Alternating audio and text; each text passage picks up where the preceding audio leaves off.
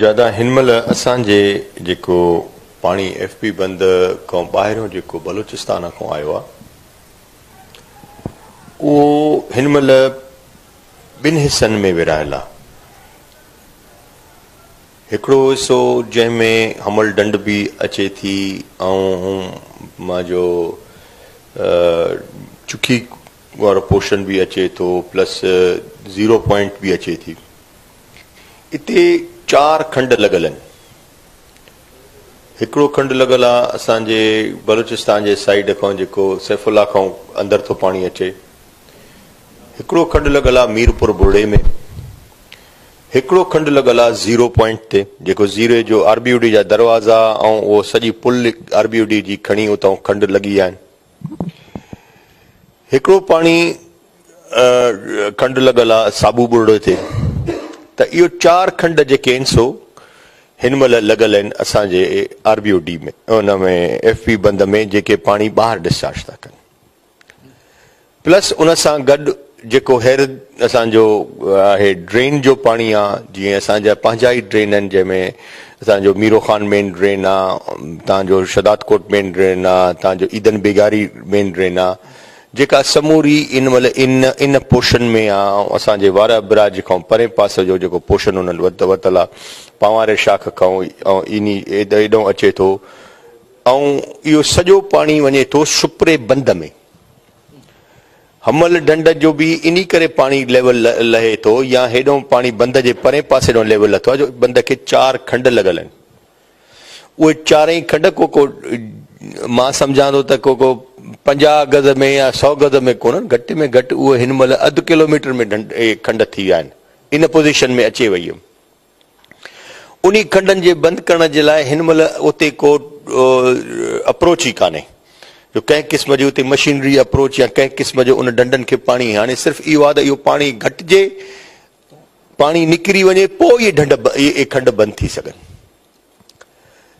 उन खां बाद जेॾीमहिल इते वरी ॿियो हिकिड़ो खंड लॻो आहे जेको एमएमबी ड्रेन इहो थियो। एमएमबी ड्रेन जो हे पासो ओरियो पासो जेको खणी तव्हांखे ईअं चऊं त लेफ्ट बैंक, उहो पाणी अचे थो सुपरे बंद में। सुपरे बंद जी कैपेसिटी इहा कान्हे त इन खे झले सघे। हिनमल तव्हां वञी ॾिसंदव त मीर असांजो गाड़ी बंगलनि गाड़ी रेगुलेटर ते उते बि खंड लॻल आहे सुपरे में जेको असांजे वारह तालको ऐं नसीराबाद तालके में पाणी अचे थो पियो।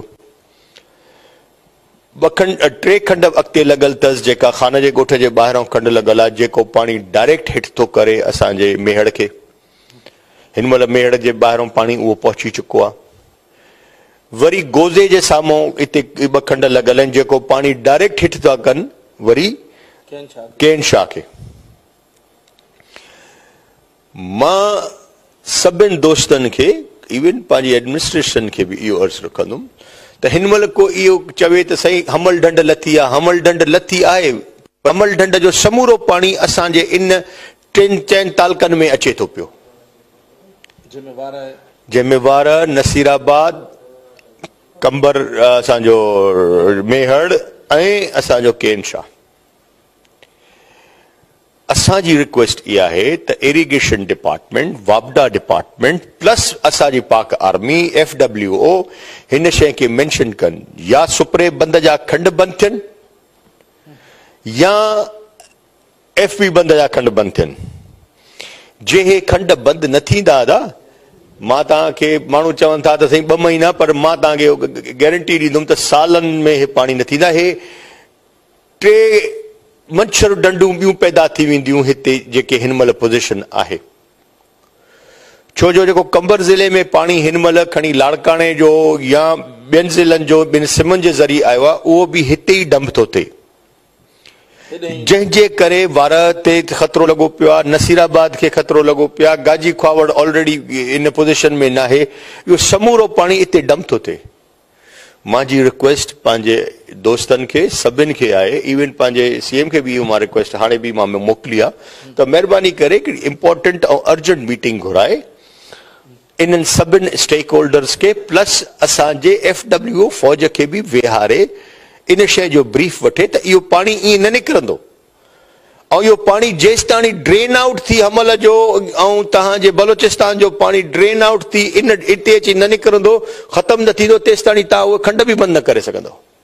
ॿियनि शहरनि खे बि सर ख़तरो हूंदो मुंहिंजा भाई जेॾीमहिल हे पाणी हिते पवंदो हिकिड़ो तलाब जी सूरत में थींदो त उहो शहर ॿियनि शहरनि ते बि हलंदो न, त उन जे लाइ मैनेज करणु खपे। सर मंछर वारे पासे न पियो वञे हाणे पाणी सफ़ा साईं, मंछर जे पासे सिर्फ़ फरीदाबाद वारो खंड ऐं MMB ड्रेन में जेको पाणी थोरो घणो वञे थो उहो थो वञे, बाक़ी समूरो पाणी जेको बलोच मां खणी ईअं चवां जेको बि पाणी हिन 5-8-10 ॾींहंनि में आयो आहे या हले थो पियो उहो ॾींहुं जो 70% ॿाहिरि थो हले, 30% मंछर थो खणे। सर इनमें दादू या मंछर पंहिंजो दादू खे या भान सईदाबाद ॿियनि शहरनि खे बि इनमें ख़तरो आहे या इहो पाणी हितां कहिड़े तरीक़े सां निकाल थी सघे? साईं इहे वधीक तव्हांखे इंजीनियर ॿुधाए सघनि था, असां जे साम्हूं त जेका शइ आहे उहा तव्हांखे ॿुधाई अथऊं। हिन महिल पोज़ीशन ॾाढी ख़राबु आहे। सर पुठियां जेको बलोचिस्तान खां पाणी अचे पियो उन में बि पुठियां लाथ आहे या अञा पाणी उहो अचे थो? केतिरी क्वांटिटीअ में पाणी अची चुको आहे? साईं मां अर्ज़ु कयां त लाथ त आई आहे न, छो जो खंड लॻा आहिनि न। हिकिड़ी कॉन्टेक्ट हिकिड़ी शइ हिकिड़ो खण चवां त तालाब हुयो या हिकिड़े इहे डंडूं या ज़ीरो डंडई या तव्हांजो अमल डंडई इन्हनि खे खंड लॻी चुका आहिनि। इहो पाणी जेको बि उते हुयो उहो रश आउट करे हेठि लथो आहे, तंहिंजे करे लाथ आई आहे। उहो प्रेशर उन डंड मां उन बंद खां रिलीज़ थियो आहे न, उहो रिलीज़ थियो आहे तॾहिं त इहो पाणी हिन पोर्शन में आयो आहे।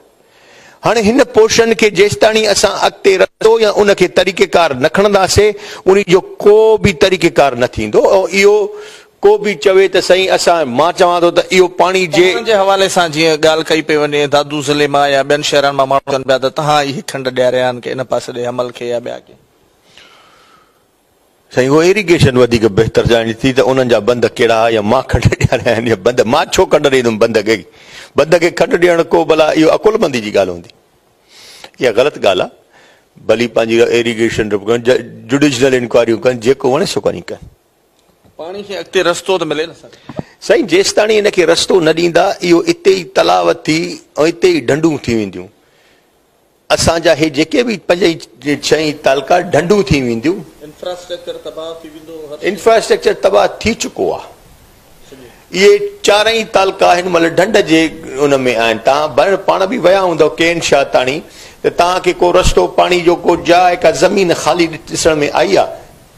हिन 3-4 तालकनि में तव्हां हिन महिल तव्हां घुमो, कंबर खां वठी वेंदे तव्हां वारह तालको थियो, नसीराबाद तालको थियो, तव्हांजो केन शाह तालको थियो, तव्हांजो मेड़ तालको थियो, तव्हां इन 4-5 तालकनि में का ज़मीन हिन उन चवंदा आहिनि त ख़ुदा ताला जी सरज़मीन ते का पाणी खां बग़ैर आहे न आहे न साईं। इहो पाणी डंडनि जी सूरत में आहे न। हा इहो चवंदासीं जे असां न कयूं इनखे इन रस्ते पोइ जेसिताणी हो पाणी सॼो ड्रेन आउट थी हिते अचे पोइ हे खॾ बंदि कनि, उन खां पोइ हे पाणी जेको आहे परते डिस्चार्ज थिए। उन में मां नथो सम्झां त हिन महिल इन पोज़ीशन में आहिनि त को 1-1.5 महीने में इहो किसो थींदो। इहो पाणी घटि में घटि इहा क्राइसिस जेका